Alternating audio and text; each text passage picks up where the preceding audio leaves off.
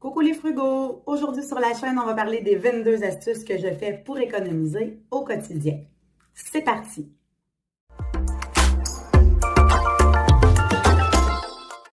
Astuce numéro 1, boire l'eau du robinet. Ben oui, effectivement, boire l'eau du robinet, c'est gratuit, c'est accessible en tout temps. C'est possible aussi de transporter l'eau avec vous dans une bouteille réutilisable. J'ai acheté la mienne dans un sous-sol d'église, je vais vous la montrer plus tard. Elle est pas mal abîmée, mais elle fait exactement ce qu'elle doit faire, c'est-à-dire garder mon eau froide. Donc, ça ne sert à rien d'acheter des bouteilles de plastique et de polluer. Il y a de l'eau du robinet à proximité et accessible en tout temps. Astuce numéro 2, cuisiner les restes. Chez moi, tout est mangé. Il n'y a rien qui se gaspille. J'utilise tout ce qui reste. Même s'il reste juste une petite bouchée dans mon assiette, je vais quand même la garder. Il y a toujours moyen après là, de se faire une autre recette. Il y a beaucoup de recettes sur Internet qui peuvent vous aider à prêter vos restants. Allez voir, faites vos recherches et puis vous allez trouver là, quelque chose d'adéquat pour passer ce qui vous reste dans votre frigo au lieu de courir directement à l'épicerie acheter autre chose. Je ne vais pas parler d'épicerie aujourd'hui parce que c'est un sujet très lourd, très volumineux. Ça va être donc nécessaire de refaire une autre vidéo à ce sujet-là. Donc, je vais continuer seulement avec des astuces régulières, mais je ferai une prochaine vidéo là, sur l'épicerie en particulier. Astuce numéro 3, utiliser des coupons rabais pour le restaurant. Il y en a partout en ligne. Je vérifie toujours avant d'aller quelque part s'il y a un coupon pour ce restaurant-là. Et puis, je demande à ma famille aussi de m'offrir leur Publisac dans lesquels il y a des trésors de rabais. Et il y a des applications aussi que vous avez les rabais directement sur votre appareil intelligent.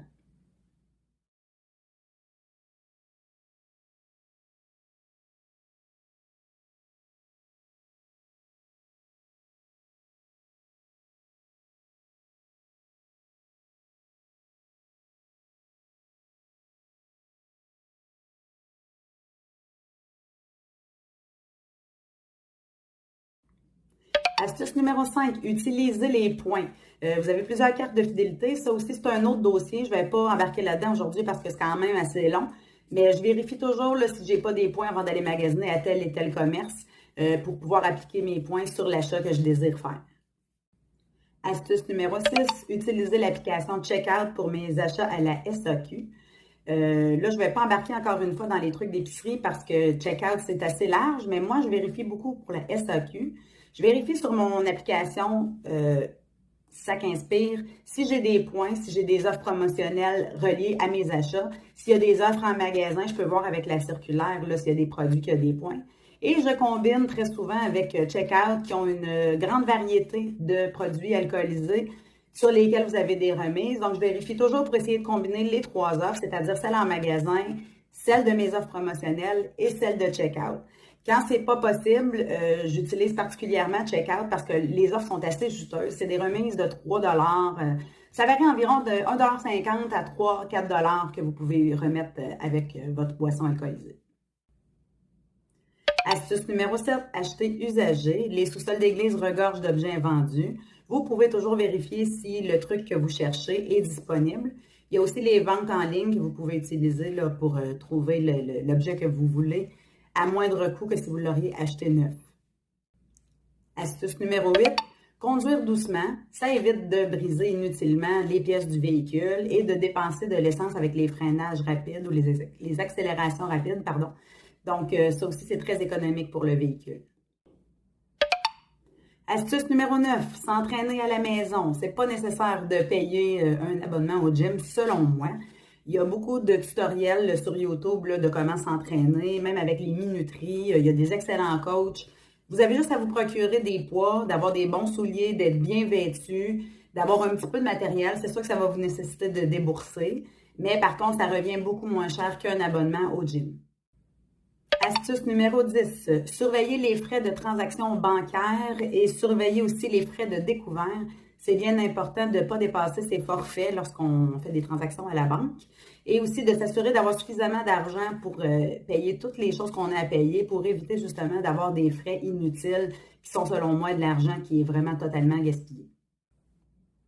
Astuce numéro 11, acheter ce qui est en spécial. C'est ma règle d'or. Jamais j'achète quelque chose à plein prix, à moins que ça soit un réel coup de cœur et que je suis certaine que je ne pourrai pas attendre que cet item-là soit à rabais. En tout temps, j'essaie d'acheter à rabais, tout simplement. Astuce numéro 12, covoiturer. C'est sûr que c'est pas toujours évident de faire ça, mais quand je dois me déplacer, je dois aller à l'extérieur, je dois faire des sorties qui sont plus longues, j'essaie d'y aller avec d'autres gens qui ont la même itinéraire que moi pour partager les frais reliés aux dépenses d'essence ou toutes les dépenses qu'on peut rencontrer sur la route là, reliées au véhicule. Astuce numéro 13, là, je le sais que je ne ferai pas l'unanimité avec cette astuce-là, mais manger végétarien, c'est vraiment pas cher. Le tofu, ça coûte pratiquement rien. Le PVT non plus. Toutes les légumineuses, c'est des produits qui sont très, très accessibles et à très bas prix.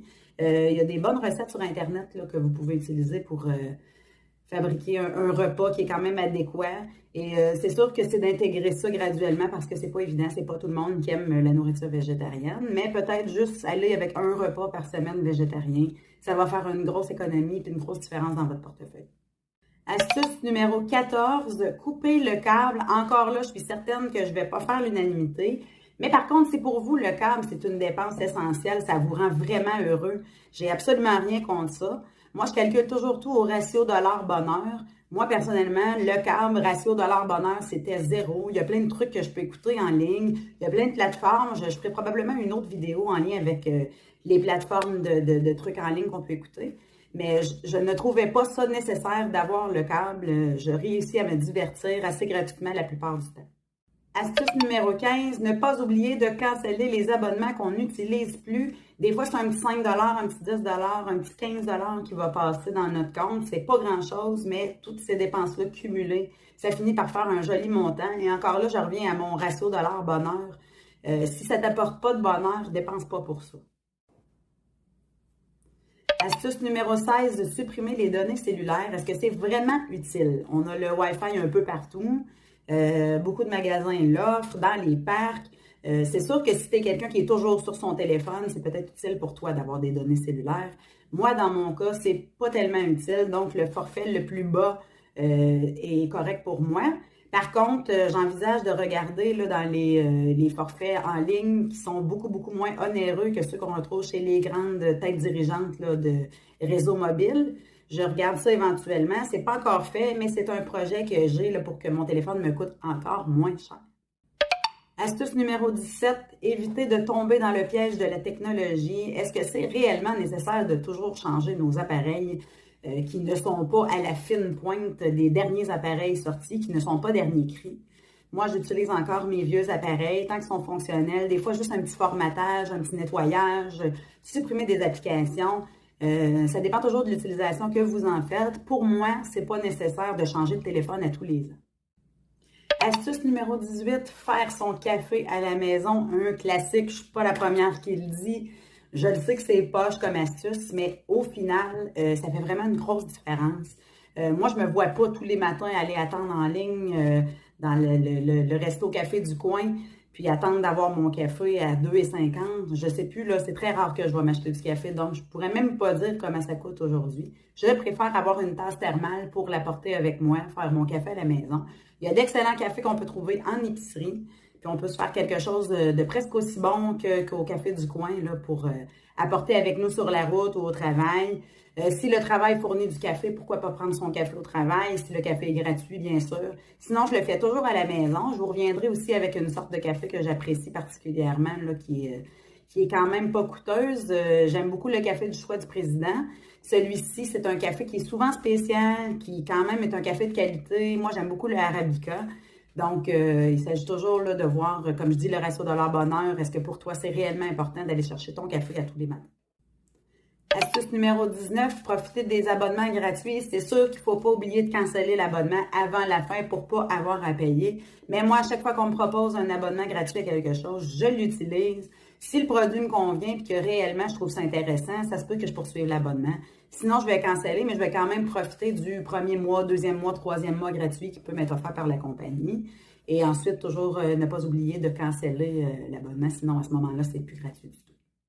Astuce numéro 20, utiliser les sites de remise en argent. J'aime beaucoup Rakuten. Moi, je passe par Rakuten pour aller faire des achats, soit sur Amazon ou peu importe les autres commerces que je vais utiliser. Puis à ce moment-là, je vais avoir une remise de Ça dépend, il y a des pourcentages, ça peut être 1%, 2%, 3% de remise sur mon achat.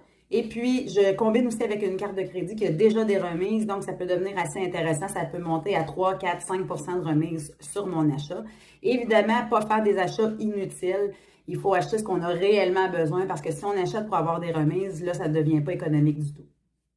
Astuce numéro 21, c'est une continuité à l'astuce numéro 20, c'est utiliser ses cartes de crédit pour faire des achats. Là, c'est sûr qu'il faut avoir une excellente gestion de son crédit. Si vous êtes quelqu'un qui a la dépense facile, c'est vraiment pas une astuce pour vous. Par contre, si vous gérez bien vos sous, ça peut être intéressant. Il y a des remises, dépendamment de la carte de crédit, de 2 à 3%, à 4%, à 0,5%, dépendamment de sur quoi vous achetez. Donc, des fois, c'est 2% sur l'épicerie, sur l'essence, sur les divertissements. Vérifiez avec les offres de carte de crédit là, pour être certaine de ne pas faire d'avoir de mauvaises surprises avec ça. Mais ça peut devenir très intéressant si vous êtes quelqu'un qui gère bien votre argent. Et mon astuce finale, la numéro 22, c'est profiter des offres de nouvelles cartes de crédit. Des fois, on va aller s'abonner à une nouvelle carte de crédit, puis on va avoir des remises spécifiques. Par exemple, moi, je me suis abonnée à American Express parce que j'avais un 10% de remise pour les 3 ou 4 premiers mois, si je me rappelle bien. Ça peut devenir intéressant encore là, il faut avoir une bonne gestion du crédit. Mais 10% de remise, c'est quand même pas rien. En 3-4 mois, j'ai sorti facilement un 400 $ de remise. Donc, vérifiez à quelles offres vous êtes éligible selon la carte de crédit et ça peut devenir très intéressant et très payant. C'est maintenant la fin des 22 astuces frugales que je fais pour économiser au quotidien. Si vous avez aimé ça, n'hésitez pas à vous abonner à la chaîne et on se revoit très bientôt dans une prochaine vidéo.